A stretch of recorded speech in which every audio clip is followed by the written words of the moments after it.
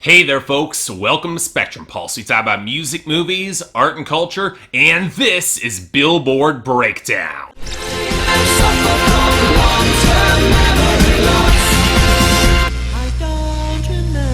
And now, the cooldown week. After the past several weeks of instability, this is the return to the status quo that is characterized by songs returning to old positions of strength and a ton of returning entries. So while to the outside viewer it might appear that there were a lot of shifts this week, and there were, let's not kid ourselves, most are just resets to a form of equilibrium as Drake and Beyonce's big debuts continue to fade away. As such, you would think it would be a quieter week, and for the most part it was. And then Justin Timberlake showed up. Might as well jump straight to our top 10 because out of nowhere, Justin Timberlake dropped a single from the Trolls soundtrack, if you can believe that, and for the first time in a decade since 2006, he grabbed a solo #1 in the Hot 100 with Can't Stop the Feeling. And there's a lot to appreciate about his timing and execution here. The past two #1s have taken the top more on the weakness of other songs and not consistent strength across the board. There's always a market for huge summer songs around this time of year. It's a long-awaited return single, and he dropped the video that, even despite outselling his closest competition 2-1, and with seismic airplay gains, he picked up just enough of a streaming edge in order to get there. And this has to string for Drake, as One Dance, his sellout track with Kyla and Wizkid, is shoved back to #2, even despite dominating streaming and considerable airplay traction. But again, no video. Panda by Designer actually does have a video at #3, even if it is only on Tidal. But even with that, it doesn't have JT's airplay traction to match solid sales and streaming. And this also pushed back 7 Years by Lucas Graham down to #4, even despite some airplay dominance, pretty good sales, and even some gains on YouTube. But it's an open question how long it will stay in the top on radio, because it's kind of been wavering there. Now this also pushed back I Took a Pill in Ibiza by Mike Posner down to #5, which had slightly weaker sales and looks to have peaked in airplay despite strong YouTube. And really, I'm fine with that. It did far better than I think anyone could have possibly expected. What's stronger on YouTube is Work From Home by Fifth Harmony and Ty Dolla $ign, which is actually stronger than Mike Posner in streaming, but it is behind both on airplay and sales. I don't see it jumping ahead just yet. What might hold a little bit more traction is Don't Let Me Down by the Chainsmokers featuring Daya, which held on to #7 thanks to airplay traction and very solid sales and streaming. But without YouTube, I'm not quite sure whether or not it will get much higher. Granted, it did jump past Work by Ariana and Drake just by staying where it is, which went down to #8 on hard losses in airplay and YouTube. It's basically only where it is, pretty much on streaming at this point. Next up is Pillow Talk by Zayn at #9, which might have recovered a bit on streaming, but peaked this week on the radio and started losing traction fast. Against competition, I expect this to have a quick exit from the top 10. And on the topic of competition, we've got our second new top 10 entry, Needed Me by Ariana. Frankly, I do not understand the appeal of this stodgy DJ Mustard cut. It appears that the radio agrees because sales and airplay are non-existent, but it's got a ton of streaming, so it might be a matter of time before it gets more traction. Going into the summer, though, yeah, I doubt this is going to stick around. And on that promising note, our losers and dropouts. Very little to talk about in the latter category, the majority being Drake and Beyonce songs destined to fall out anyway, with the only major one being Drake's Summer 16, a song crippled by oversaturation. And the losses were not kind to either of them this week, so let's start off with Beyonce. Sorry fell down to 31, Formation went down to 47, Hold Up dropped down to 48, and exasperatingly, 6-inch featuring The Weeknd slid down to 82. But it was even worse for Drake. Hype collapsed down to 49, Still Here went to 56, Grammys with Future drooped down to 63, Child's Play thankfully went to 66, With You featuring Party Next Door went to 71, 9 flipped down to 73, Feel No Way slid down to 74, You With Me dropped down to 80, and Fire and Desire sputtered out to 93. The only loss this week that wasn't for Drake or Beyonce went to, surprise, surprise, Iggy Azalea, as Team continued to flop down hard to 99. If this is your lead-off single for that sophomore album next month, that's a really bad sign. But really,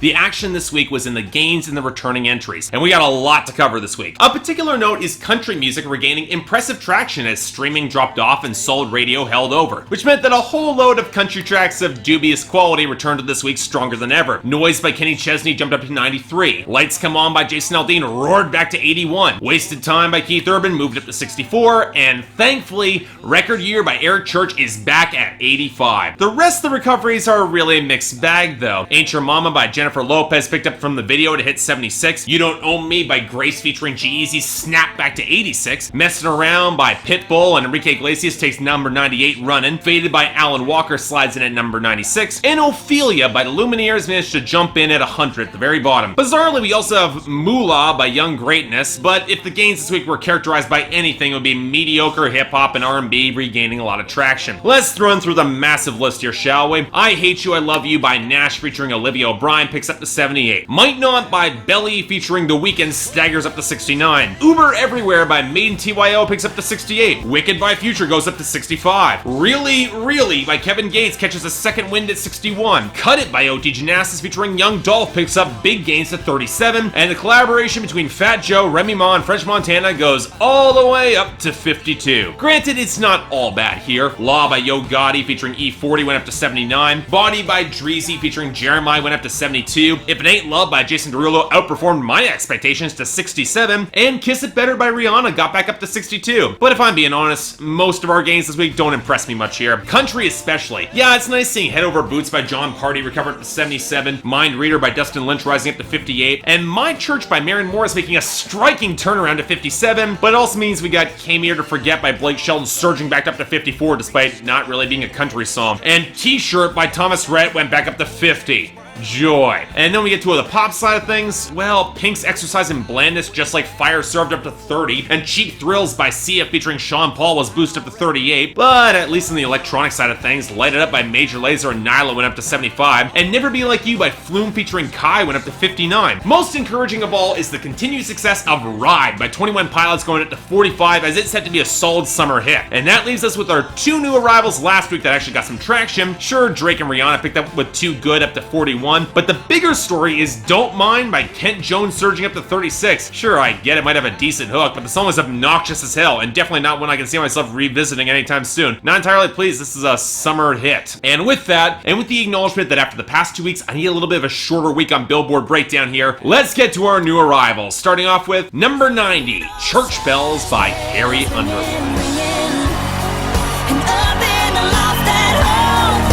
Singing, singing, fold your hands and close your eyes. Yeah, it's all gonna be alright. And just listen to the church bells ringing, ringing.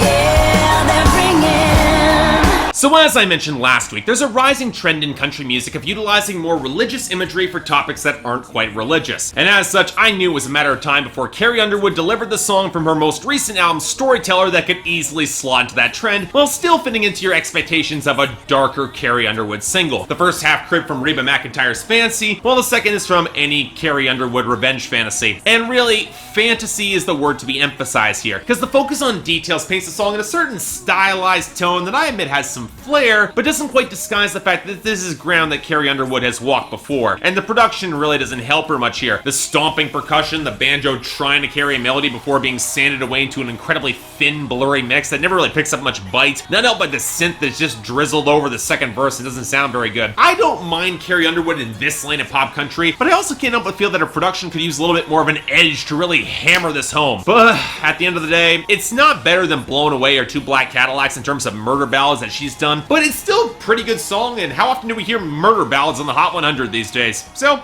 yeah, I'll take this. Number 83, Into You by Ariana Grande.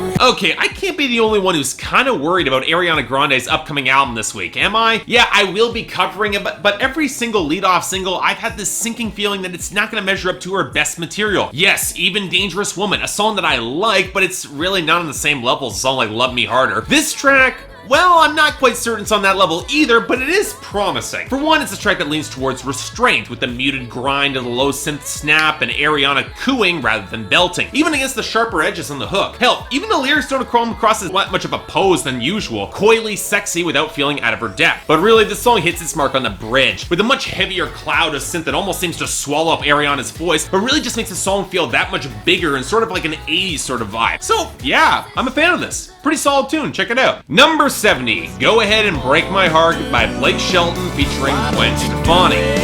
Why don't you do it, baby? You can't tell me that we'll still be friends, and maybe someday we can try again. If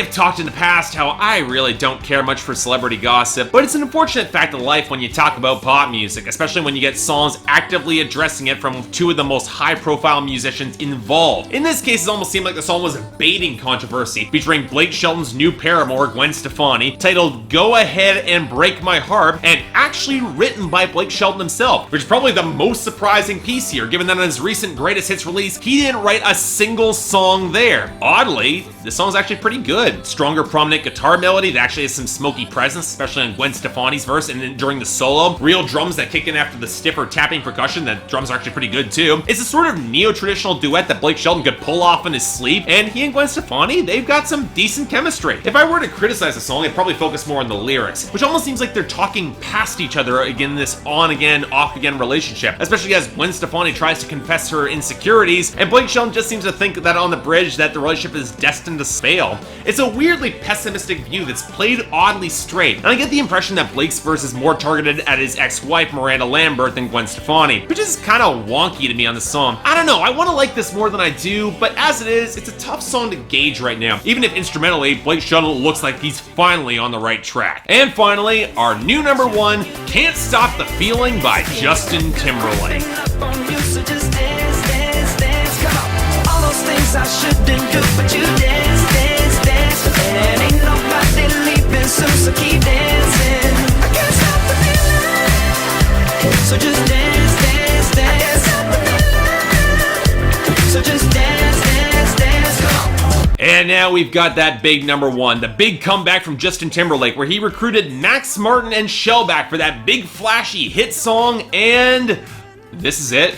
Seriously, this is all we get? Maybe this is coming from expectations set by the 2020 experience, but in terms of production instrumentation, this is flat and forgettable as it comes. Sure, that bubbly bass is kind of catchy, but it's playing off a keyboard fragment that reminds me way too much of Feel Too Close by Calvin Harris, a song I couldn't stand. That's when we break into the retro disco of the pre-chorus that plays into a hook that has far more hand claps and percussion than any actual instrumental melody. Yeah, we get some horn and guitar accents that sound pretty good, and it's clear that JT is having a great time with some excellent falsetto. He's really one of the best male singers in the pop industry these days, and sometimes that can be enough, but then we run into the second major problem. It's a soundtrack hit, and thus the lyrics, they do absolutely nothing interesting. Now, granted, it's a dance jam, lyrics are essentially forgettable here, but without much of a melodic foundation, I honestly can't see this sticking with me, and from Justin Timberlake, yeah, kind of a disappointment if I'm being honest. So that was this week, a fair bit shorter than last week, but it also means that picking up the best and worst is a little bit trickier. For best, it really is a toss-up between Ariana Grande and Carrie Underwood, but I'm gonna give the slightest possible edge to Ariana here for the production on Into You. It really does come across pretty well. As for the worst,